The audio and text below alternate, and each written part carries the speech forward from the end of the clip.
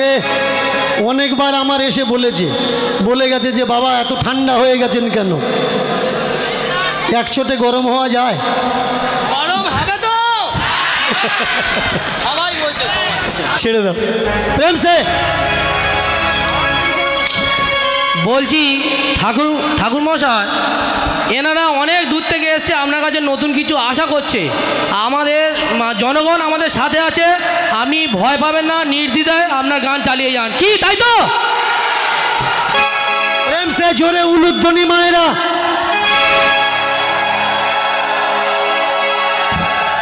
যাদের, আমি মাইক্রোফোনে বলছি, কথাটা মন দিয়ে শুনবেন, যাদের মনে হচ্ছে আমি ভুলভাল কথা বলছি, আমাদের দেশে সংবিধান আছে, আমার নামে কোনো থানায় একটা এফআইআর করে দেবেন। ভালো করে মন দিয়ে শুনুন, আমার নামে কোনো থানায় একটা এফআইআর করে দেবেন।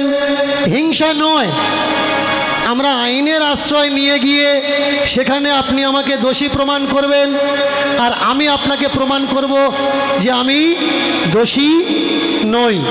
আমাদের ধর্ম আমাদের কি শেখায়? প্রেম শেখায়, গণ্ডগোল অশান্তি শেখায় না। মায়েরা, এইবার দুটো ছেলে মেয়ের নাম কি? এদিকের মায়েরা জোর করে বলুন, দুটো ছেলে মেয়ের নাম কি? ধর্ম আর কর্ম। দুটো ছেলে, প্রথম পূজা হয়ে গেল, পূজাটার নাম কি? ষষ্ঠী পূজা। এই দেখুন মায়েরা, এগুলো করবেন না। এই সব সংস্কারের জন্যই কিন্তু আমি লড়ছি। আপনারা তো নারী জাতি, মাতৃজাতি, আপনারা আমাদের পায়ে পড়বেন কেন? আমরা তো পড়বো আপনাদের পায়ে।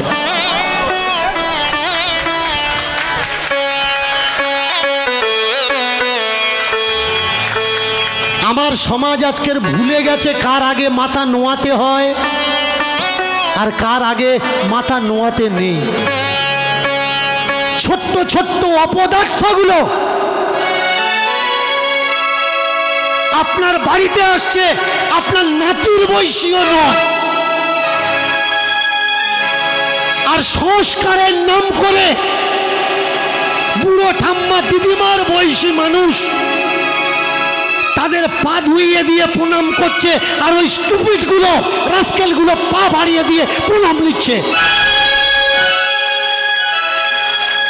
যারা প্রণাম করছেন করুন, তাদের দিয়ে আমার কোনো বাধা নিষেধ নেই। আমি শুধু বলছি, চিরাচরিত প্রথা হিসাবে এই অপরাধগুলো করবেন না, কারণ ও আপনার নাতির বয়সী, ও আপনার ছেলের বয়সী। হ্যাঁ, আমরা অবশ্যই প্রণাম করব। ঠাকুর হরিচাঁদ এই জায়গায় শিখিয়েছেন, প্রত্যেকটা মানুষকে কেউ যদি তোমাকে প্রণাম করে, তুমি তাকে প্রণাম করো। নিয়ম কি বলে? কেউ যদি আমাকে জিজ্ঞাসা করে, দাদা তুমি কেমন আছো, তো আমি কি বলবো? আমি ভালো আছি, তুমি কেমন আছো, তাই তো? কেউ যদি হ্যান্ডশেক করার জন্যে হাতটা আগিয়ে দেয়, আমি কি করব? আমারও কর্তব্য হাতটা আগিয়ে দেওয়া। নিয়ম কি বলে? তুমি যদি আমাকে ভালো ব্যবহার দাও, আমি তোমাকে ভালো ব্যবহার দেব। শাস্ত্রে আছে, অতিথি দেব ভবঃ। আপনারা বলতে পারেন যে রামচন্দ্রের বাড়িতে তো কত ছোট ছোট ভক্তরা গেছে, রামচন্দ্র পা ধুইয়ে দিয়েছে। কৃষ্ণর বাড়িতে সুদামা গেছে, সুদামার কৃষ্ণ, হ্যাঁ পা ধুইয়ে কেন দেবে না? অবশ্যই পা ধুইয়ে দেবেন। আপনি যাদেরকে পা ধুইয়ে দিচ্ছেন, তাদের বাড়িতে আপনি গেলে আপনাকে পা ধুইয়ে দেয় তো? আপনি যাকে সম্মান জানিয়ে বসার আসন দিলেন, তাদের বাড়িতে গেলে আপনাকে সম্মানের সঙ্গে বসার আসন দেয় তো? আপনি যাদের খাওয়া দাওয়ার পর ছেড়ে যাওয়া উচ্ছিষ্টগুলো খাচ্ছেন, তারা আপনার উচ্ছিষ্টগুলো খায় তো? আপনারা যদি মনে করেন আমরা খাবো তা ঠাকুর আপনার অসুবিধা কি হচ্ছে, কোনো অসুবিধে নেই, এটো খান, পা ধুয়ে জল খান। কিন্তু যারা শুনতে চায় আমার কাছে যে বাবা কোনটা উচিত আর কোনটা অনুচিত, সেই জায়গায় দাঁড়িয়ে আমি আলোচনা করি মাত্র। এবার আপনার বিচার, আপনার ভালো লাগে গ্রহণ করবেন, না ভালো লাগে গ্রহণ করবেন না, ওটা আপনার ব্যক্তিগত মত। আমি একটা বিষয় তুলে ধরেছি, পূজার নামে ডিম মাছ মাংস কেন দেওয়া হবে বলুন? এটা দেওয়া উচিত কি উচিত নয়? একদম উচিত নয়। পূজার নাম করে আমাদের গ্রামের ছোট্ট ছোট্ট ছেলেরা মদ খেয়ে গাঁজা খেয়ে বেঘর হয়ে যাচ্ছে, বলুন এটা উচিত কি উচিত নয়? আজকের যদি আমরা আমাদের সমাজকে পরিষ্কার না করি, আমরা আমাদের সমাজ থেকে এই অন্ধকারগুলো দূর না করি, তাহলে আগামী দিনে এই নিয়ম হয়ে দাঁড়াবে যে আমাদের ঠাকুরদারা পূজার সময় মদ খেত, আমরাও খাবো। আমার ঠাকুরদারা পূজার সময় গাঁজা খেত, আমরাও খাবো। এর জন্যে আমাদের সচেতন হওয়ার দরকার। পূজা মানে শান্তি হওয়ার দরকার। শুধু মুখে বললে হবে না ওম শান্তি, ওম শান্তি, ওম শান্তি, কাজেতে শান্তি করে দেখাতে হবে। আপনারা বলতে পারেন যে বাবা একদিন খাচ্ছে বলে সব সময় খাবে? দেখবেন শিবের পূজায় একটা ভোগ চড়ানো হয়, সেই ভোগের নাম কি? অনেকে বলে সিদ্ধি, সহজ গোদা বাংলা ভাষায় তাকে কি বলা হয়? গাঁজা। দেখবেন অনেক ভক্তরা খায় শিব পূজার সময়। আপনি কিছু বলতে পারবেন না, বললেই বলবে এটা বাবার প্রসাদ। অনেক মাও আবার বলে তার বাচ্চাদের, বাবা তো সবসময় সারা বছর অসুখ বিসুখ থাকে, একটু বাবার প্রসাদ খা। কারণ ও মনে করে এটা চিরাচরিত প্রসাদ খেয়ে আসছে। আমরা যদি আমাদের সমাজকে সচেতন না করি, উপর থেকে কেউ আসবে না সমাজকে সচেতন করার জন্যে। আমি স্টেজে দাঁড়িয়ে বলেছিলাম, ভাই ঠাকুর দেবতা কাউকে শাসন করার জন্যে আসে না। আমি যদি ঠাকুর দেবতাদের অপমান করছি, আমার শাস্তি দেওয়ার দরকার কার? ঠাকুর দেবতা। বলুন, আজও পর্যন্ত ঠাকুর দেবতা আমাকে সাজা দিয়েছে? দেয়নি। কিন্তু এই ঠাকুর দেবতার নিয়ে ব্যবসা করা মানুষ ছোট্ট ছোট্ট বাচ্চাদের উস্কানি দিয়ে এগিয়ে দিচ্ছে। দীনকৃষ্ণ ঠাকুর এগুলো বলছে কেন? প্রতিবাদ করো। ওই কেন? ওরা তো ঠাকুরের কন্ট্রাক্টর, তা ওরা ঠাকুরকে বলতে পারছে না যে ঠাকুর তোমার নামে নিন্দে হচ্ছে, তুমি কিছু করো? ঠাকুর আমার কিচ্ছু করবে না।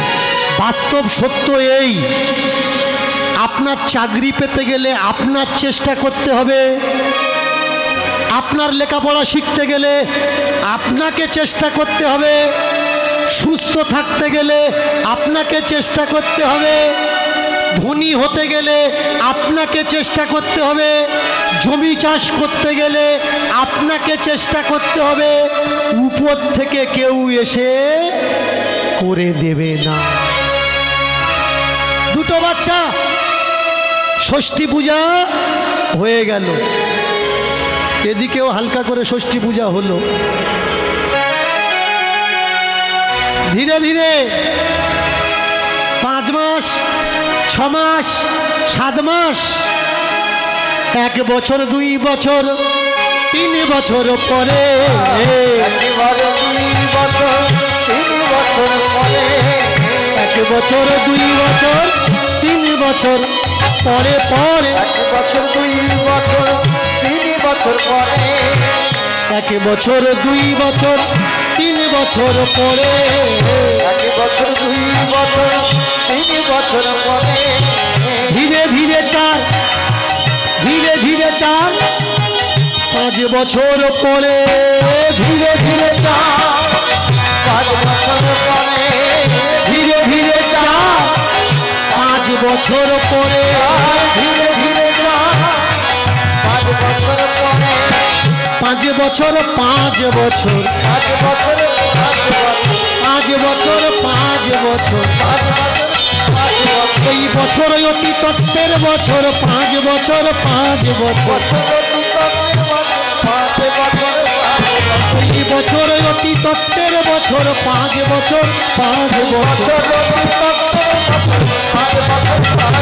এই বছর অতি তত্ত্বের বছর 5 বছর 5 বছর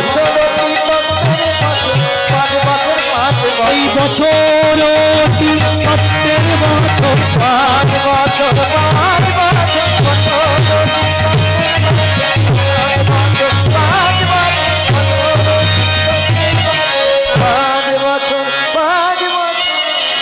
5 বছর বয়স যখন ধর্মকর্মের হলো ঠিক সেই সময়ে ধর্মকর্মকে দেখে বাবা মার মনে পূর্বের কথা মনে পড়লো।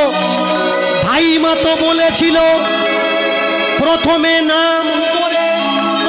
নাম পরে সংস্কার, প্রথমে নাম পরে কিন্তু সংস্কার।